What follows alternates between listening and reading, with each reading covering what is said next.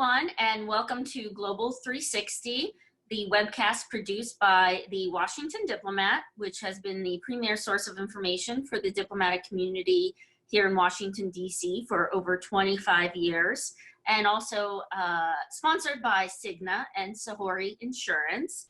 I'm Anna Gavell. I am the managing editor. And as some of you may know, I've hosted the Ambassador Insider series that we regularly hold over the years. Now, sadly, of course, the coronavirus has put a hold on our live events, but we're fortunate that technology has enabled us to stay connected. And on that note, we are very fortunate today to have a seasoned diplomat with us to talk not only about what everyone is talking about, which is, of course, the pandemic, but also other important developments that are taking place in the world. So, Ambassador Khan, thank you so much for joining us today. Good to see you. I think you might be muted, so we're going to need to unmute you. But in the meantime, I want to give a little bit of background. So Ambassador Khan has been with the Pakistani Foreign Service for 30 years now. And in that time, he's covered a lot of ground from the UN to relations with Iran, Turkey, Central Asia, and the Americas. He was also Pakistan's envoy to Japan before becoming ambassador to the US in January 2019. But he's already well acquainted with Washington, D.C., having served here as Chargé d'Affaires and Deputy Chief of Mission from 2012 to 2015. So we're pleased last year to hear that you are coming back because, as you know, it's nice to see familiar faces in the nomadic world of diplomacy. And in fact, we interviewed the ambassador for a cover profile almost exactly 1 year ago, and we'll be providing a link to that article on this webcast when it's posted to YouTube. And actually, that's where I wanted to start our discussion because a primary focus of that article was the situation in Kashmir, because at the time, India had just revoked the special status that the Indian administered portion of the disputed territory had had since the 1940s. And in many ways, 1 year later, the situation has neither changed nor improved. Now, for those who may not know, I'm going to give a very basic Cliff Notes primer on Kashmir, both which India and Pakistan have laid claim to, and it's located in the Himalayas. Now, the two nuclear-armed neighbors have also even fought several wars over Kashmir ever since the British partition of India and Pakistan. And then in August, of course, of last year, India revoked the autonomy of Jammu and Kashmir in what Prime Minister Modi said was an effort to bring jobs and investment to the impoverished region.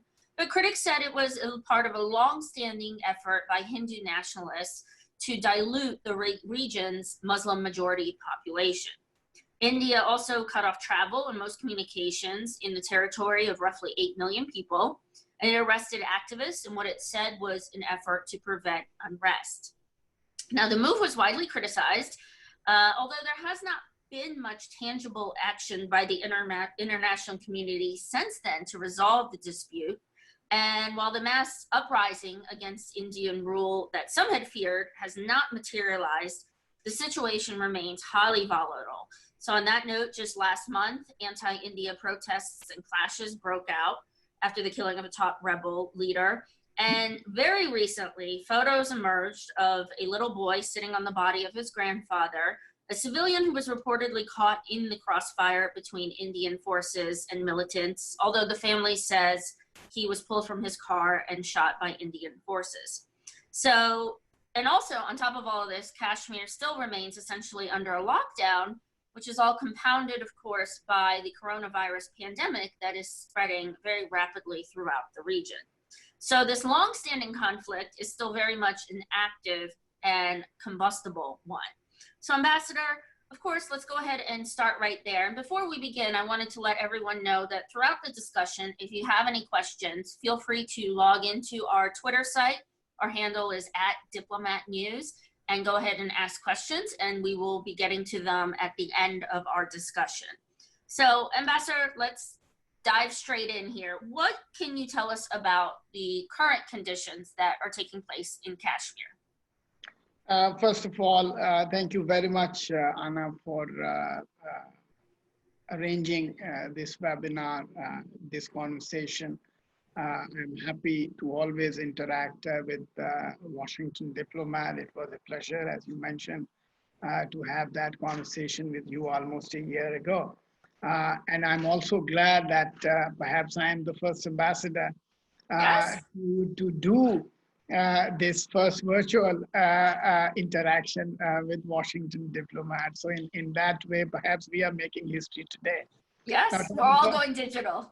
thank you very much. So, and talking about history, I think, and thank you very much also for giving quite a comprehensive account of what Kashmir is about. Uh, I think your audience and listeners must know that Kashmir actually is the oldest unresolved dispute on the agenda of the UN Security Council. It's a internationally recognized disputed territory. It is recognized as such bilaterally between India and Pakistan. Also, it is a disputed territory recognized by United States also.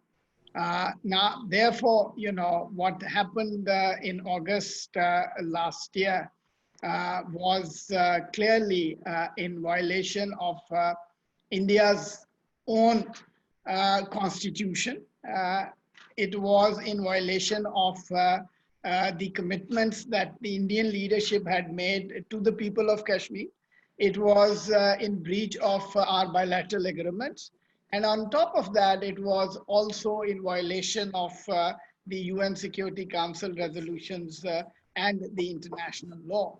And you would recall, you know, because last year when we had that conversation, and I think it's important to start our conversation today from that point and recall some of the things that we had said then, because some of those conversations also took place in the backdrop of the Pulwama episode, where India alleged that, you know, that terrorist incident was orchestrated by Pakistan, and they, you know, blamed us within a few hours of that incident happening. And Pakistan maintained that there were no terrorist camps, that they violated our territory, they took out no terrorists, you know, they killed no one, and that this incident was being used for domestic political mileage by the BJP government led by Prime Minister Modi. You know, in hindsight, and that happened around the election time. In hindsight, you can see that every single one of the claims made by India, by the BJP government then, have proven to be wrong. And that's not what we say. This is something which has been independently you know, articulated by neutral observers, by journalists, by international organizations. Now, the thing is that over the last 1 year, unfortunately, starting with this Indian act of annexing the Kashmiri territory, the repression, unfortunately, has worsened. I would say that this is probably the bleakest year in the history of Kashmir, and Kashmiris right now are living through the darkest hour of their history, because if you look at the number of arrests made, you know, they have not just not released those who were arrested post August 5, but they have actually incarcerated more and more people over the years, and the brutality and violence being used to repress Kashmiris, you know, the cordon of so-called operations, disappearances, use of pellet guns, all of that. And this is happening on top of the COVID lockdown. So I think Kashmir is perhaps today the only territory in the world which is suffering, and Kashmiris are suffering from a double lockdown. One is the one triggered after August 5, and then the other one. And I think in this situation, when communities are actually relying a lot on virtual connectivity, the lockdown and the resulting suspension of all internet and web access by the Kashmiris has actually added to their misery.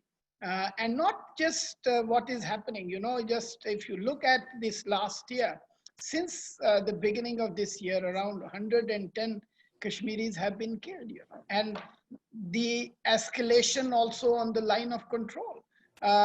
In just since January this year, there have been close to around 1,600 violations across the line of control, clearly in breach of the 2003 ceasefire agreement between India and Pakistan.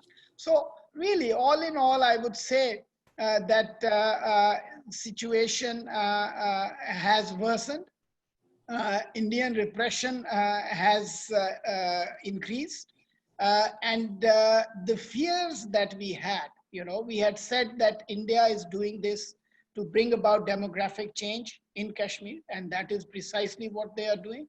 They have just given domicile, they changed their domicile laws for Kashmir and have granted 25,000 Indians the domicile for Kashmir, which is again and clearly an attempt to alter the demography of Kashmir. And this is a fear which is in violation of basically India's commitment given to the United Nations. It is a breach of UN Security Council resolution, and it is also a violation of the Fourth Geneva Protocol. So on that note, Ambassador, that leads into my next question. And when we did speak last year, Prime Minister Khan had just gone to the United Nations to denounce India's moves.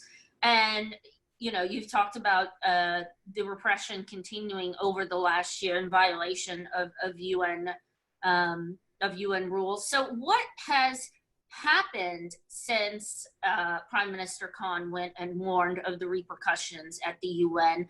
How has the international community addressed the issue, in your opinion? And also, what do you hope it will do in the future to address the issue, given that it has there's not been much progress? Well, first of all, Pakistan has and will continue to extend political, diplomatic, and moral support to the Kashmiris. And Prime Minister presented their case very forcefully. Unfortunately, so far, international reaction and response has not been commensurate, I would say, with the level of repression that we are seeing in Kashmir, although the OIC, the UN High Commissioner for Human Rights, the European Parliament, all of them have actually issued statements and have issued reports that basically outline the repression in Kashmir. But in terms of political action, in terms of making India undo some of the steps and measures that they have taken, I think there has been, frankly, very limited success. And that's where I would say that international community should neither be misled by India, and the international community should not misread the situation on the ground. So why do you think that there has been a lack of action? Because obviously on the flip side, India has criticized Pakistan for allegedly arming and training rebels inside Kashmir. So it is a complicated issue. Why do you think the international community has not responded more forcefully to what is well-documented human rights violations? And what are you doing to convince the international community to take more forceful action?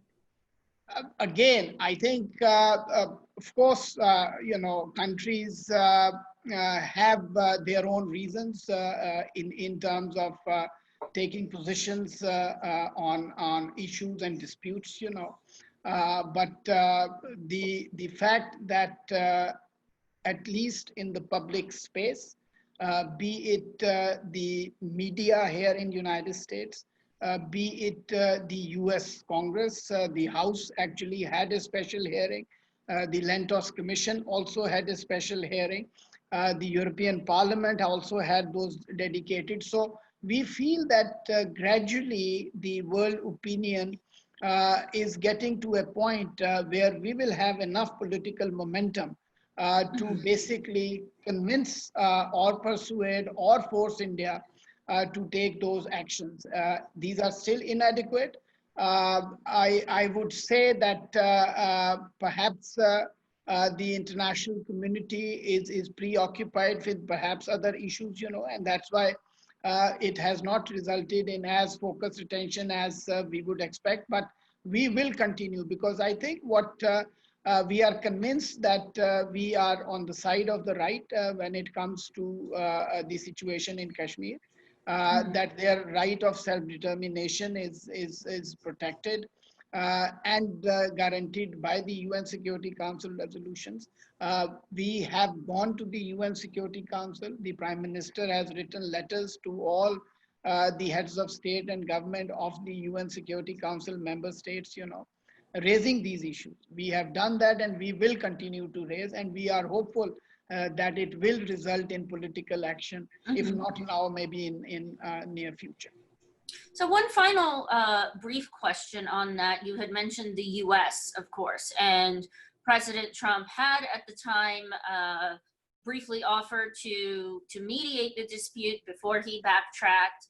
And of course, as you said, this is a time where not just we're in a pandemic, but the U.S. is coming up on highly watched, to minimize it, highly watched elections in November. Do you have any hopes or conversations with the administration to, in these final few months, address the issue?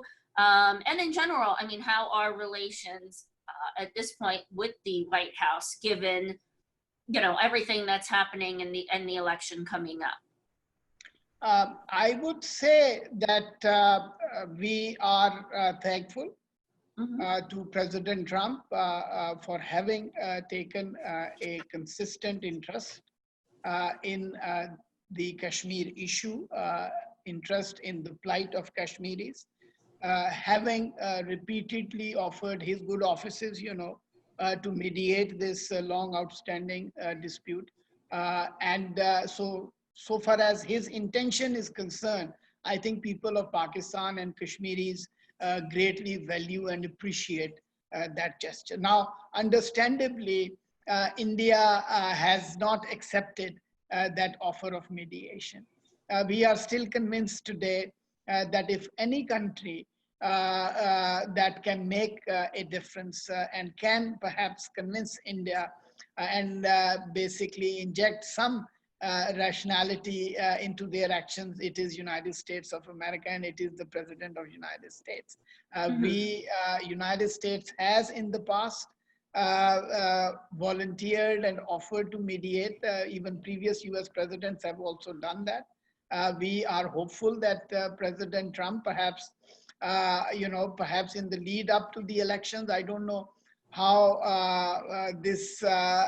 he will have the political space to basically go out and get himself involved in a complicated issue as Kashmir. But we are hopeful that whosoever is the next president of the United States, given the level of repression that we are seeing, and the way in which it poses a threat to peace and security, not just for South Asia, but for the wider region, I think it is important that the US president takes interest as other US presidents have taken in the past. And now, of course, regardless what happens in November, the US, just like the world, is consumed by the crisis of the pandemic. Unfortunately, we know all too well about this crisis, being the country with the leading number of cases and deaths. But Pakistan and South Asia in general, like many other regions, is trying to, is deeply affected by the pandemic and struggling to address it. So for our listeners, Pakistan lifted its lockdown on May 9th. Since then, unfortunately, there have been a surge of cases. There have been media reports that hospitals have been overrun, forced to turn people away. And many experts are predicting that the virus could peak over the summer, possibly infecting hundreds of thousands of Pakistanis and many others in the region. So, Ambassador, can you give us kind of an overview of what the status is of the pandemic in Pakistan and what the government is currently doing to contain it? Well, yes, I think it's a good departure point to move the conversation to our next topic. And I think you're right. The situation clearly has deteriorated in Pakistan since after the lifting of the lockdown. And today, as we speak, we have around 215,000 cases of COVID-19 infections, Now, but if you look at the size of Pakistan's population and the level of population concentration in Pakistan, I would say that the numbers are particularly in terms of rate of infection and also in terms of the casualty rate. The number is still relatively low. Obviously, our health system is fragile and is under a lot of pressure. But I think overall, the capacity of the system has not been exhausted as yet. Perhaps I think those reports that you are alluding to in terms of patients, perhaps that is for some hospitals, there may have been cases where patients were basically asked to go back, but overall in medium-sized cities and towns and even in big cities, in other hospitals, that capacity is still there. No, not to interrupt, but what about on that note, concerns that that there isn't enough testing to accurately gauge the number of cases, which is something that many countries are struggling with in terms of testing. I mean, how in that specific area, what is Pakistan doing to ramp up testing to get a very more accurate picture of the disease and how it's spreading?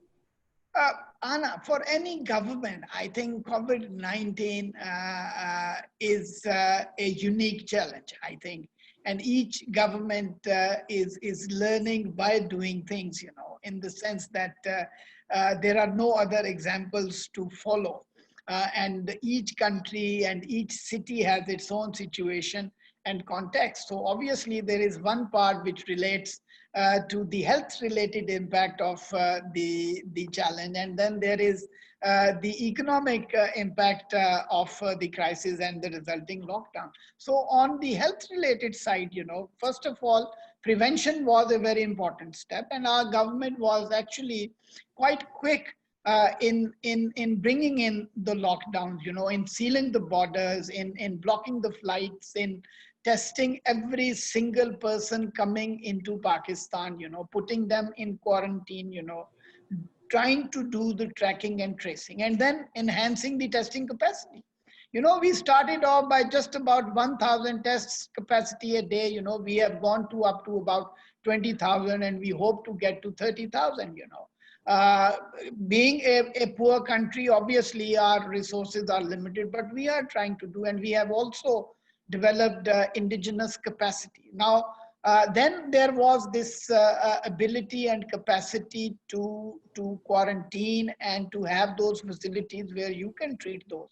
So in some of the cities, they have converted stadiums, they have converted railway bogies into, hospital wards. So that capacity also has been increased. And at the same time, and then for the medical professionals and medical workers, their own personal safety and security was at risk. So procurement of personal protective equipment and also the availability of ventilators. So we went out to get procure whatever we could procure initially from outside and from overseas. Meanwhile, our own indigenous capacity was enhanced and boosted.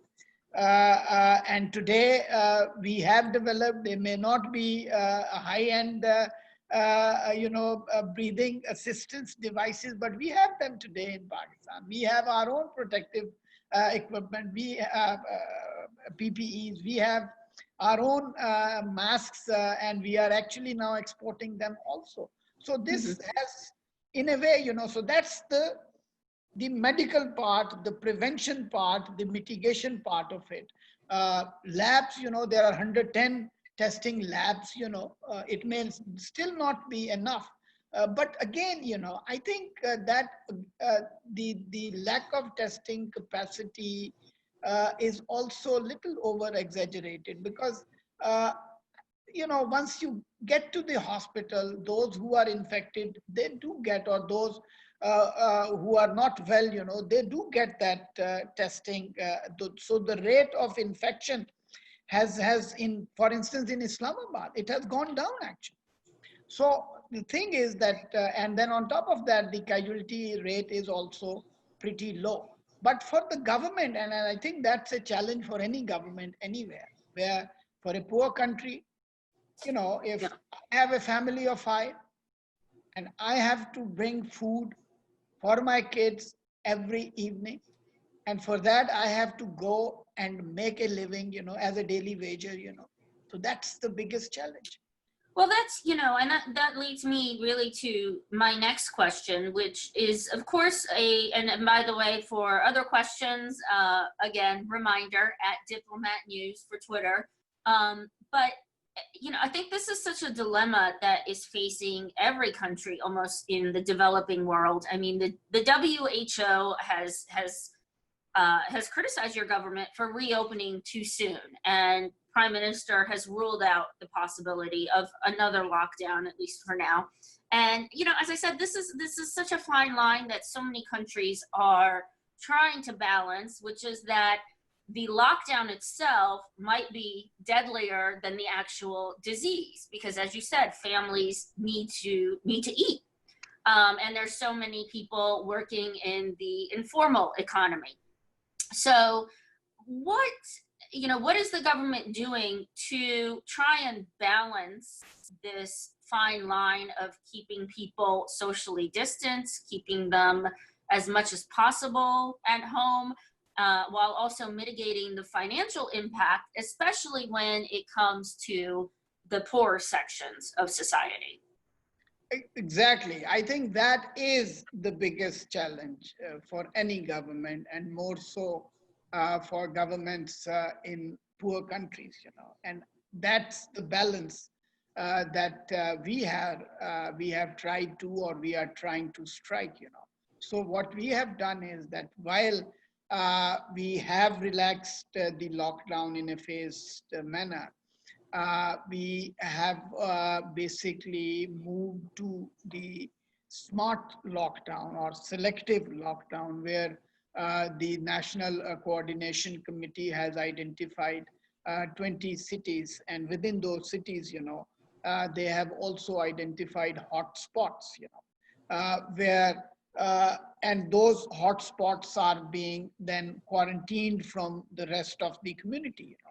So that enables those communities, to basically be separated from, while at the same time government is also investing a lot in terms of educating people, and also in making sure that the standard operating procedures and guidelines are followed by the community. So it's a combination of education, helpline establishment, and then at the same time, these selected focused hotspots being quarantined from the rest of the community.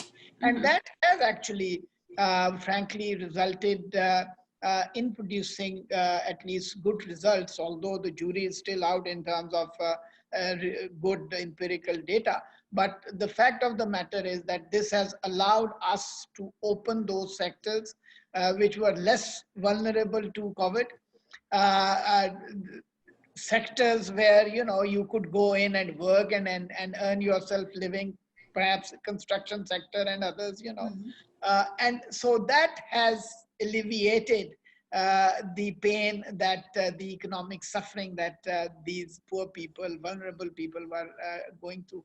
Now that's one part of it, but even before going there, I think what the government did was this historic stimulus package, 1.2 trillion rupees, I mean, by Pakistani standards, $8 billion to be pumped into the economy, by way of supporting the vulnerable population, by way of direct cash transfers, by way of subsidizing the groceries and the daily household use items, for the poorest of the poor in the society. And then also injecting money for wheat procurement and some of the other essential food items, all of that and that's why actually Prime Minister was very vocal and active in advocating a global debt relief initiative, because he was convinced, and we believe that, for countries to be able to effectively deal with this challenge, they will have to have that fiscal space. Mm-hmm. And that fiscal space would come through some of the debt relief initiatives. Yeah. Well, so on that note, if you could elaborate, kind of a twofold question. And again, this is very universal to so many developing nations. I mean, you have the global economic shocks of the pandemic are going to impact almost every single nation. And you have wealthy nations like the US obviously struggling themselves to handle this pandemic. So let alone poorer nations. And so, this is not going to be a typical crisis where, the developing world can naturally expect a certain amount of assistance from the international community.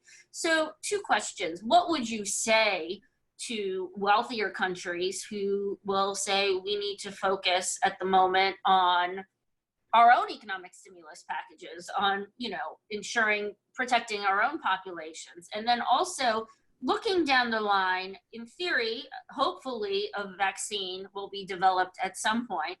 Are you concerned, as many governments are, that the development of vaccine could become a free-for-all that leaves developing nations who weren't involved in it out and in last place to try and get a vaccine? So what would you kind of tell the international community in terms of paying attention to developing nations in trying to combat this pandemic? I think that's absolutely critical, because we are all in it together. And as we have seen, the infection next door is my infection. If it was next door yesterday, it will be mine tomorrow. So you cannot keep countries in isolation while only protecting yourself. So I think the international community and world should come together like never before, because I don't think that we have experienced a pandemic like this at the scale like this ever before. And we will not be able to come out of it, whether medically or financially, unless and until, the whole international community come together and extend support and helping hand to each other. I mean, there are ways in which countries, and obviously the vaccine development, or the companies will invest in developing those vaccines. But right now, it is the public funds that are being hugely invested into development of those vaccines. And therefore, those countries and the public sectors in those countries will have a principal and primary right in having access to those medicines. And that's where, I think the poor countries would come in. So it's not about making profit, but it's about protecting the humanity. And that the best way to go about doing it is to come together. And similarly, like the debt payments. I mean, for instance, Pakistan had to resort to or request for IMF support by availing the rapid finance facility. So they came and they made available around $1.4 billion, which helped us fiscally, financially. And then we also requested for debt deferment that also left more liquidity at our disposal. Similarly, from bilateral channels also, we have received assistance in terms of capacity building support, in terms of equipment, in terms of so many other things, So all of this, if Pakistan is enabled, we will basically promote a safer neighborhood. And if a safer neighborhood is promoted, we are basically promoting a safer region and the safer world. So I think in this, we are all together. And there is absolutely no other alternative but to work together. Yeah. Well, we're certainly realizing that also in this country that, viruses and pandemics know no borders, unfortunately. So, and as you said, all in this together, and on a much smaller scale here in Washington, D.C., we are all being impacted. We are all adjusting, as we can see here virtually. It's, the dawn in a sense of a new age, what our new normal will be. None of us really know what it will look like. I'm still adjusting to Zoom, as everybody is. So, on that note, I've heard locally from a lot of ambassadors and diplomats this new concept of Zoom diplomacy. And, and obviously diplomacy, so much of your job and many of our jobs is built on personal face-to-face interaction. So, Ambassador, can you talk a little bit about what it has been like just for you as an ambassador, really teleworking and not having the traditional face-to-face tools at your disposal? And, how is the embassy here in DC in general handling that? Well, first of all, I must say, I think as in every challenge, there is also an opportunity. And I think the COVID crisis has helped us discover the immense potential of teleworking, tele-learning, tele-everything. Really, I mean, that's a new phrase I'm going to use. Tele-everything. I like that. And obviously, we in diplomacy, the personal interactions and friendships and that matters a lot. But at the same time, in fact, I was talking to one of your colleagues just a while ago, that I'm telling my colleagues that perhaps the new generation will be traveling far less than my generation did in terms of scaling the globe to attend various international conferences, because every day we spend 3 hours, 4 hours, 5 hours, depending on the day, on teleconferencing with colleagues in Islamabad, with colleagues elsewhere, across the United States also. We have discovered this as a tool to connect with our consul generals, we have discovered this as a tool to connect with our community here. So this is going to be the new normal, as you said. Obviously, this is, and the more we do it, more we are going to basically expand its application to areas that we always thought were not worthy of teleworking, So this is something which is, I would say, still in the works. But I feel that the post-corona world is never going to be the same in many ways. Yeah, it'll be interesting what handshakes and other greetings we eventually come up with. And so speaking of our new digital world stuff, I want to know, trying to figure out, obviously now I have so many apps. One of the question we received is a development So we had in Pakistan saw gunmen storm the stock exchange in Karachi. Although security officials were able to largely stop the attack, separatist militant group has claimed responsibility for the attack. Do you have any latest information on the investigation into that attack that happened? First of all, this was an attack for which the BLA has claimed responsibility. And BLA is a designated terrorist entity here in the United States. It is a designated terrorist entity in UK. And it is very, and this is the second time actually that they have basically resorted to this terrorist activity at this level and scale.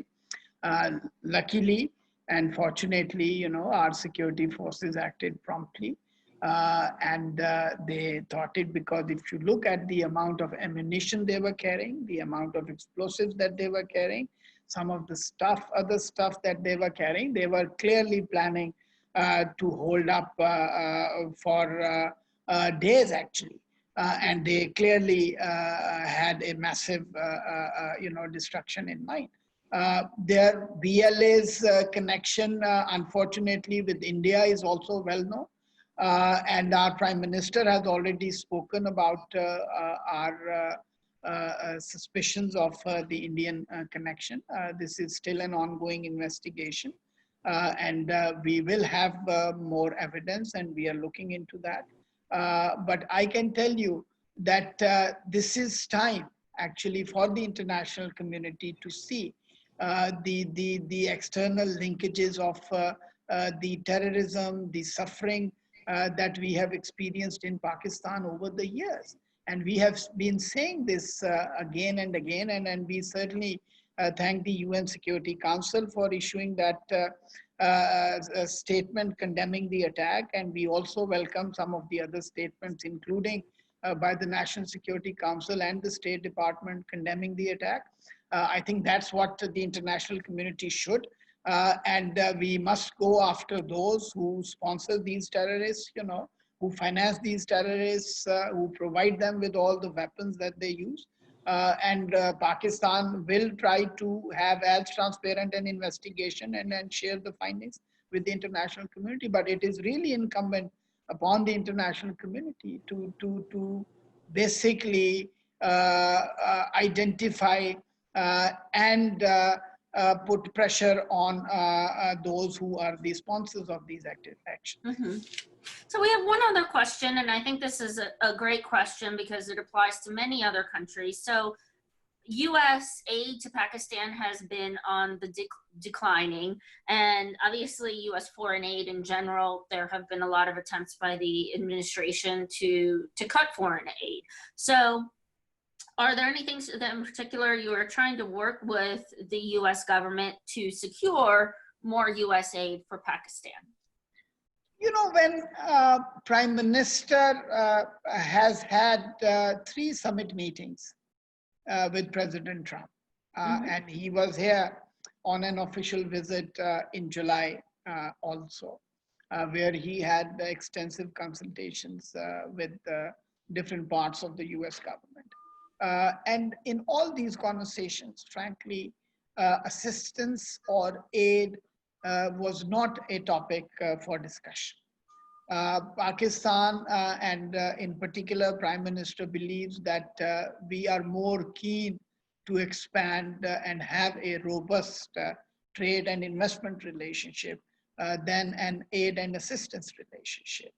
While we of course appreciate, I think United States has been kind and generous, particularly I must say in the context of COVID, where US has actually designated Pakistan as one of the 10 priority countries and has already pledged around $21 million of assistance in terms of various kinds of support, capacity building support, testing support, building up lab support and other support, which we greatly appreciate. But again, as we speak, Adam Buller, who is the CEO of the Development Finance Corporation of United States, the new one, which is successor to OPIC, he was in Islamabad yesterday to discuss, and then Secretary Commerce was also in Islamabad in February. President himself has said that he would like to see trade and investment relationship expand by 20 times, and that's a very welcome statement and intention, which is completely reciprocated by Pakistan. And we are very keen. And I tell you, there is tremendous potential. Tremendous. I mean, United States already is one of our largest export destinations. And we also have this potential for importing more from United States. So we are looking at a win-win scenario where both countries' corporate sector makes the best use of opportunities. And Pakistan is a huge market. I mean, we are the 6th largest country with a large middle class, which is strategically connected with a region which is both rich in oil and also in human resource. And we are ready, and US companies, Cargill has gone back, Accelerate is in Pakistan, Exxon Mobil has gone, and on top of PepsiCo, Coke, and many others, who are already in Pakistan. The joys of this brave new world is my phone, my actual, I'm one of the few people that still has a landline. Do you? As we're talking about it, I'm thinking of everything adjusting to this new world, and we can certainly hope that I think Pakistan, the US, and the whole world hopes that it's trade and investment that will ramp up again sooner rather than later in light of the crisis that we are all going through.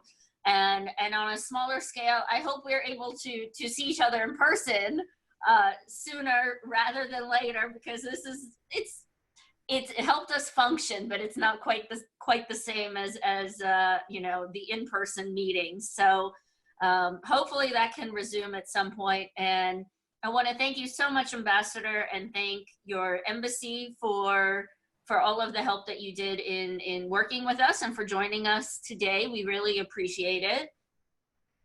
Thank you very much, Anna, for organizing this. And of course, I look forward to our personal interactions and definitely organize something face-to-face as soon as we can.